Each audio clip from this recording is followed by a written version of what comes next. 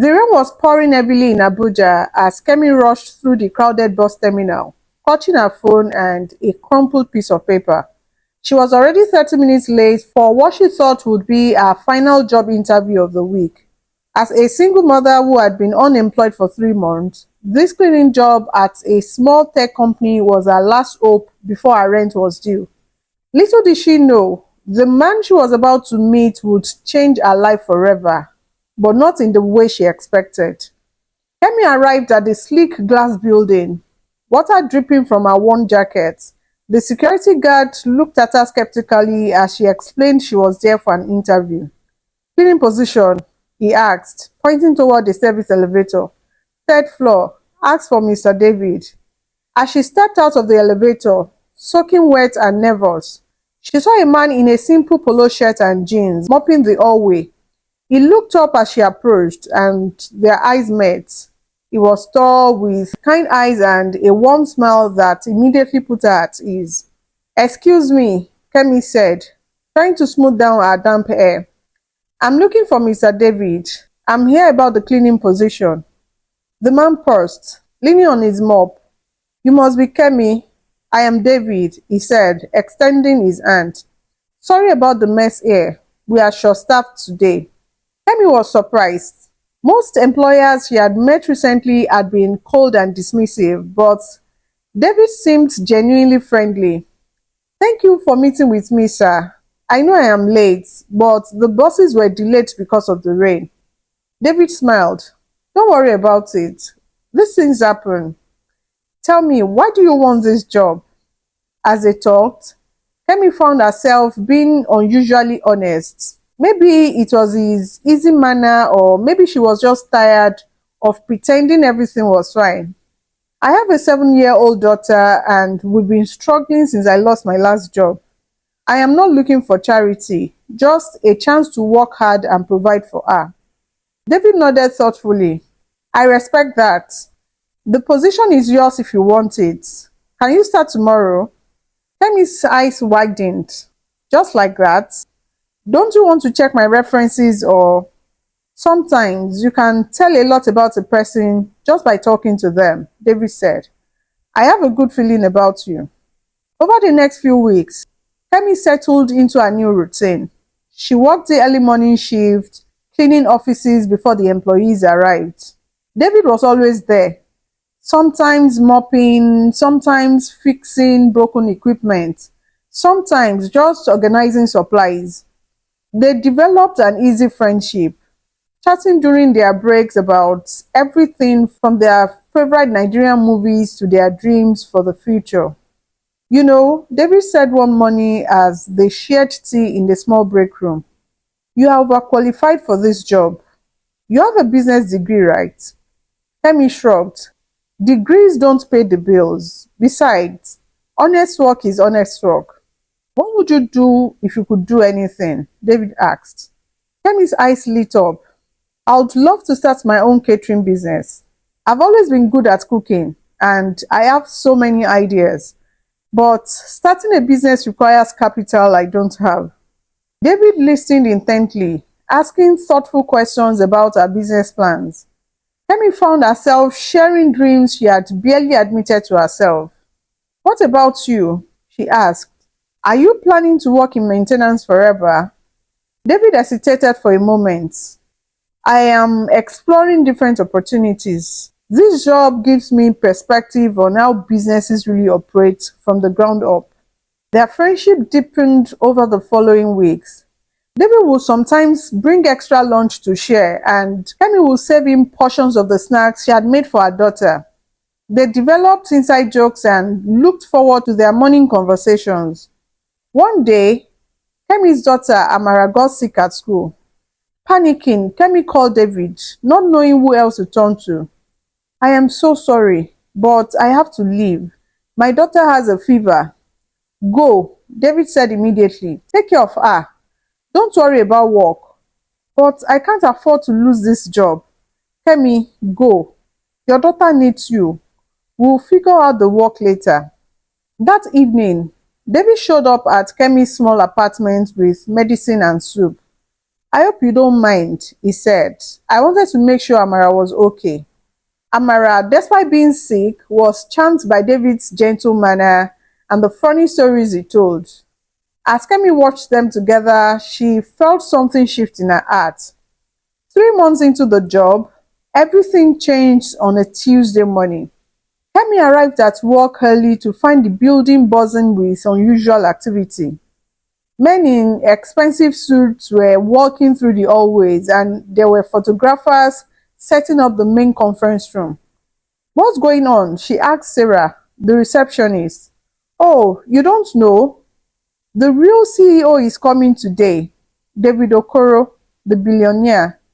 He hardly ever comes to this branch, but apparently he is doing some big interview about his company's expansion." Kemi's blood ran cold. David Okoro, yeah, the tech genius who built this company from nothing. He's only 32 and already worth billions.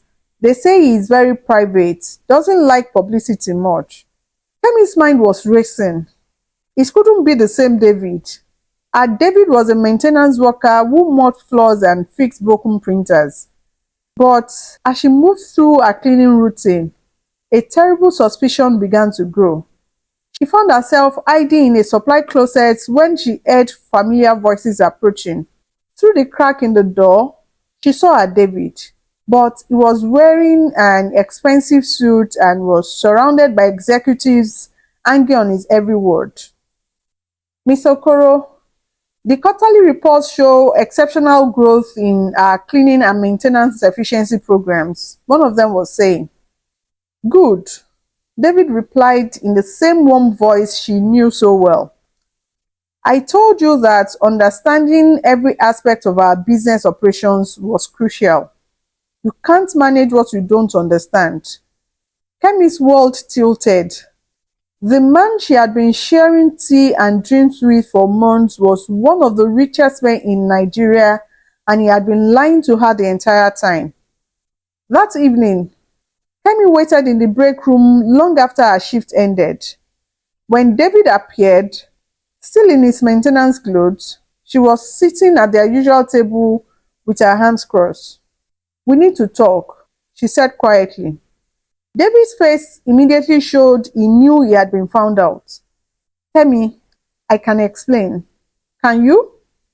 Because I just spent the day watching the real CEO of this company, who happens to look exactly like you, give interviews about business operations." Her voice was steady, but her hands were shaking. "Who are you really?" David sat down across from her, his shoulders sagging. "My name really is David Okoro. I am the CEO, but everything else, our friendship, our conversations, that was all real." "Real?" Kemi's voice rose. "You've been lying to me for months. I told you about my struggles, my dreams, my fears, and you were just, what, slumming it?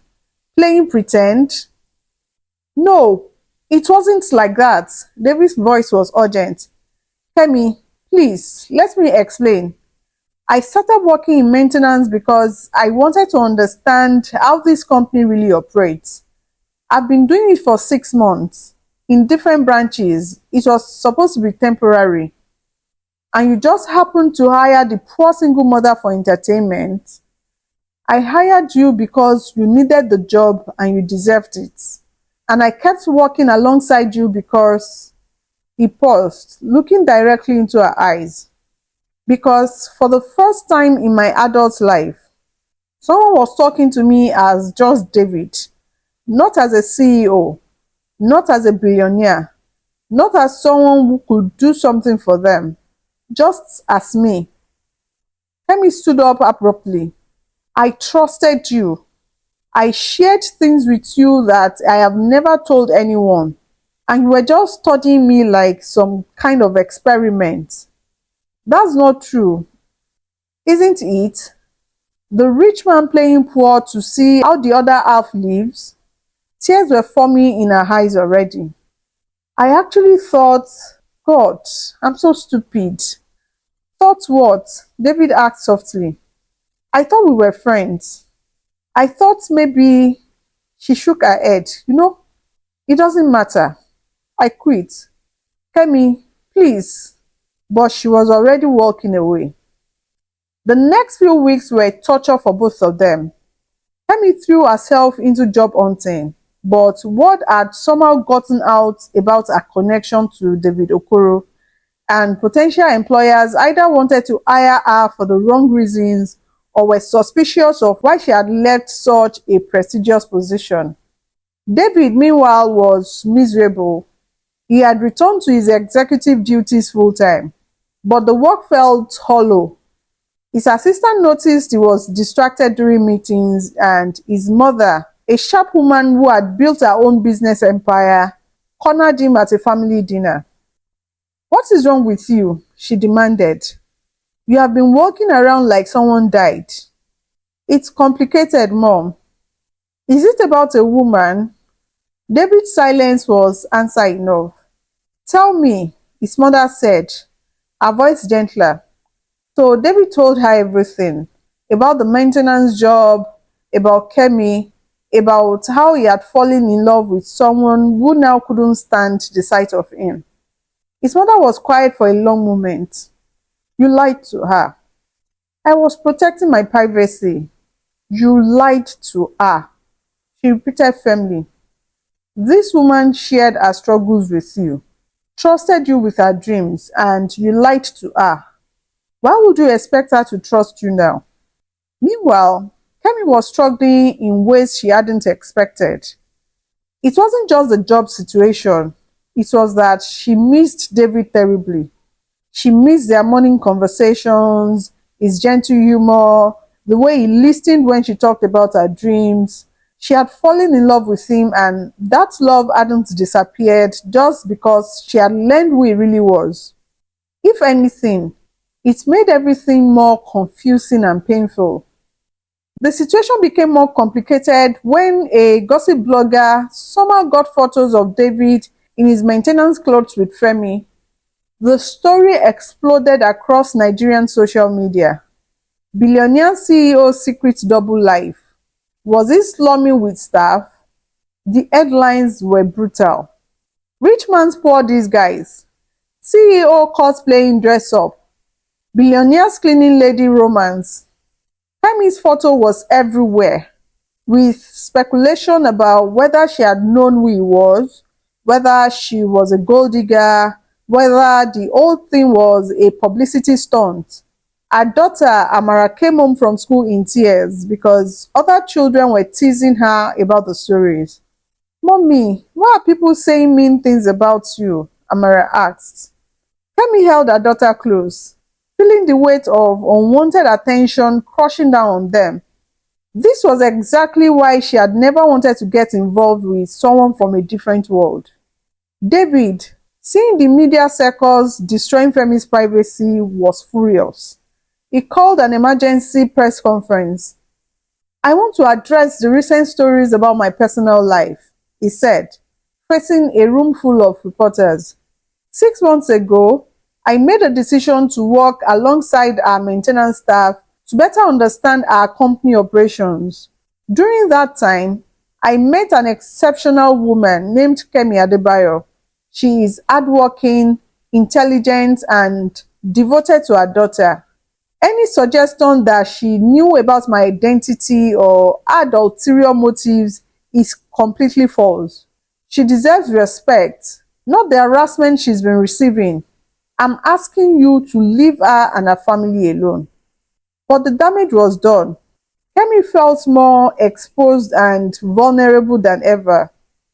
A week after the press conference, Kemi received an unexpected visitor. David's mother, elegantly dressed but with kind eyes, stood at her apartment door. "May I come in?" she asked. "I'm David's mother, Mrs. Okoro. I think we should talk." Kemi hesitated, then stepped aside to let her in. Amara peeked out from behind the sofa, curious about this well-dressed stranger. "You must be Amara," Mrs. Okoro said warmly. "Your mother has told my son wonderful things about you." They sat in Kemi's small but tidy living room, and Mrs. Okoro got straight to the point. "My son is miserable," she said. "He's been in love before, but I've never seen him like this. He talks about you constantly, your dreams, your strength, your daughter. He is not eating, he is not sleeping, and frankly, he is becoming useless at work." Kemi looked down at her hands. "I don't know what you want me to say. I want you to know that what he did was wrong, but why he did it wasn't." Mrs. Okoro leaned forward. "Do you know what it's like to be wealthy in Nigeria? Everyone wants something from you. Every friendship, every relationship, there is always an agenda. David learned early to be suspicious of people's motives. So he lied to me. Yes, he did, and that was wrong. But Kemi, I've watched my son with women who knew exactly who he was from the beginning.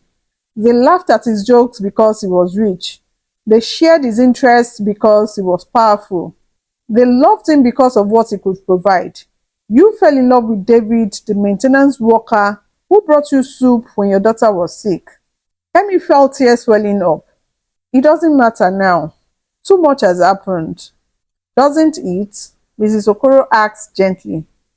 "Tell me, what were your feelings for him before you knew who he was?" Kemi was quiet for a long moment. "I thought I was falling in love with him," she whispered. "And those feelings, were they based on his money, his status, his power?" "No," Kemi admitted. "They were based on his kindness, his humor, the way he treated my daughter, the way he listened to my dreams without judging them." "Then the man you fell in love with is real, Kemi.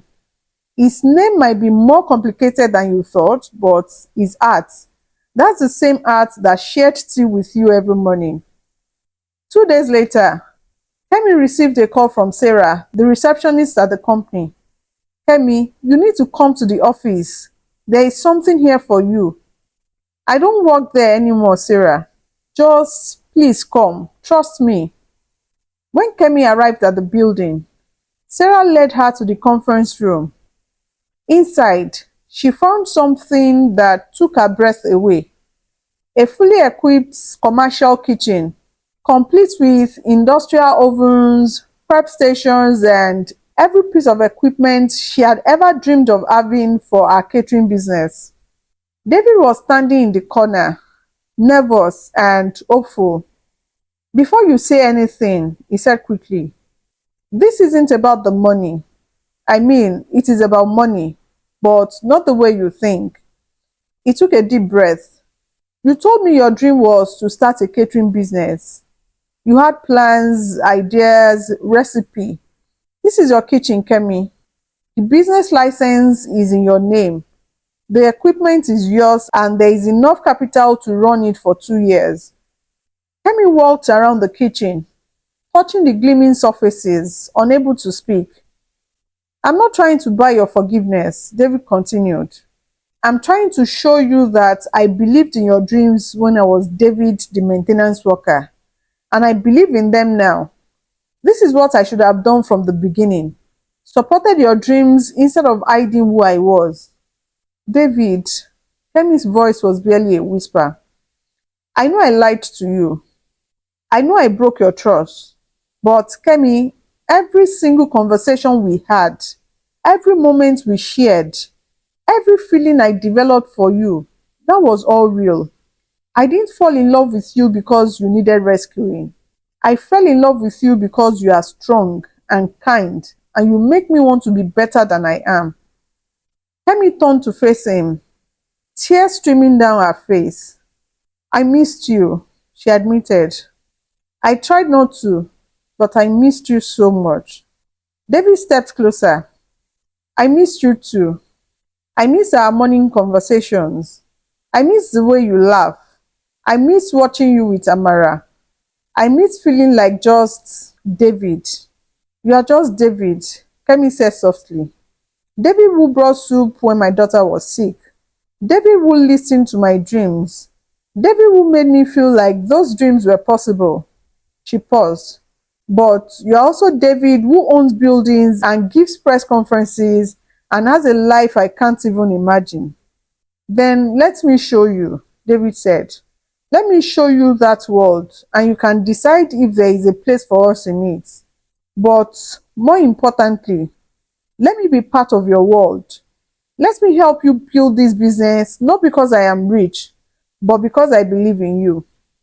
6 months later, Kemi's Kitchen was the most sought-after catering service in Abuja. Kemi had built a reputation for exceptional food and service, and her client list included everyone from government officials to fellow small business owners. She had hired 3 employees and was already planning to expand. David had kept his promise to let her build the business herself. He had provided the initial investment, but every decision, every recipe, every client relationship was hers. He had also been honest with her about every aspect of his life: the board meetings, the business pressures, the social obligations that came with his position. It's not easy being with me, he had warned her early in their reconciliation.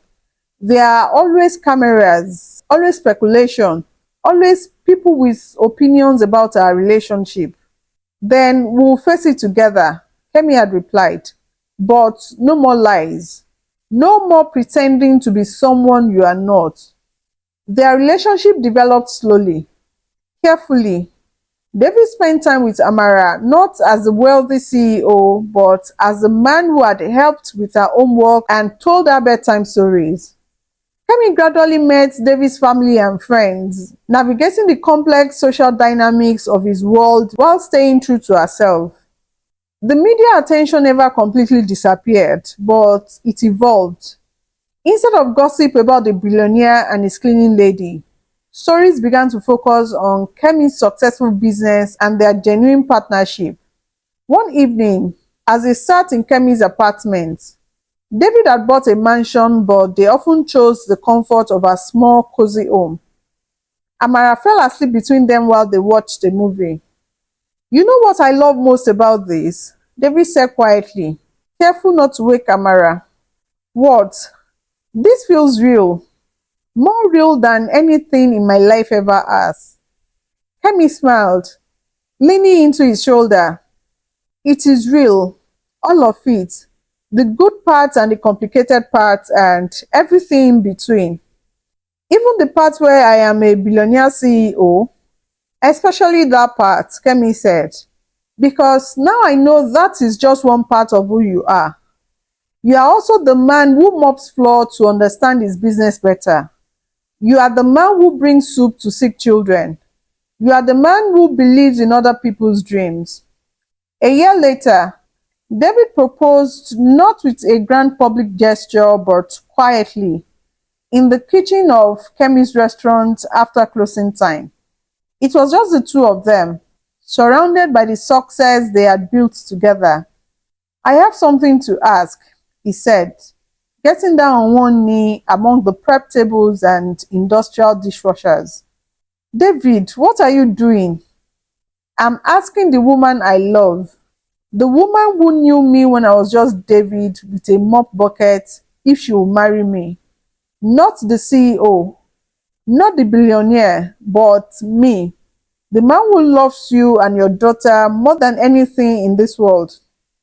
Kemi looked down at him. This man who had come into her life in the most unexpected way, who had changed everything she thought she knew about love and trust and dreams. Yes, she said simply, I'll marry you, David. All of you. Their wedding was a blend of both their worlds. Elegant enough to satisfy his family's expectations, but intimate enough to feel authentic to who they really were. Kemi's catering company handled the food naturally, and Amara served as the flower girl, beaming with pride at her new father. As they danced their first dance as husband and wife, David whispered in Kemi's ear, Thank you for loving me when I was nobody. Kemi pulled back to look at him, her eyes shining. You were never nobody, David. You were always exactly who you were meant to be. It just took me a while to see all of you. And as they swayed together, surrounded by family and friends, with Amara dancing nearby and the future stretching out before them full of possibilities, they both knew that sometimes the best love stories began with the most unexpected encounters, and that truth, even when it comes in complicated packages, is always worth fighting for. The boy who had more flaws to understand his business had found something more valuable than any company he could build. A woman who loved him not for what he could provide, but for who he chose to be when no one was watching. And the single mother who had cleaned offices to support her daughter had discovered that dreams can come true in the most unexpected ways, especially when you find someone who believes in them as much as you do. In the end, they had both learned that love isn't about pretending to be someone you're not. It's about finding someone who loves all of who you are, even the parts you are still learning to accept yourself. What would you have done if you discovered the person you are falling for had been hiding their true identity? Share your thoughts in the comments below, and don't forget to subscribe for more incredible love stories that prove sometimes the best things in life come when you least expect them.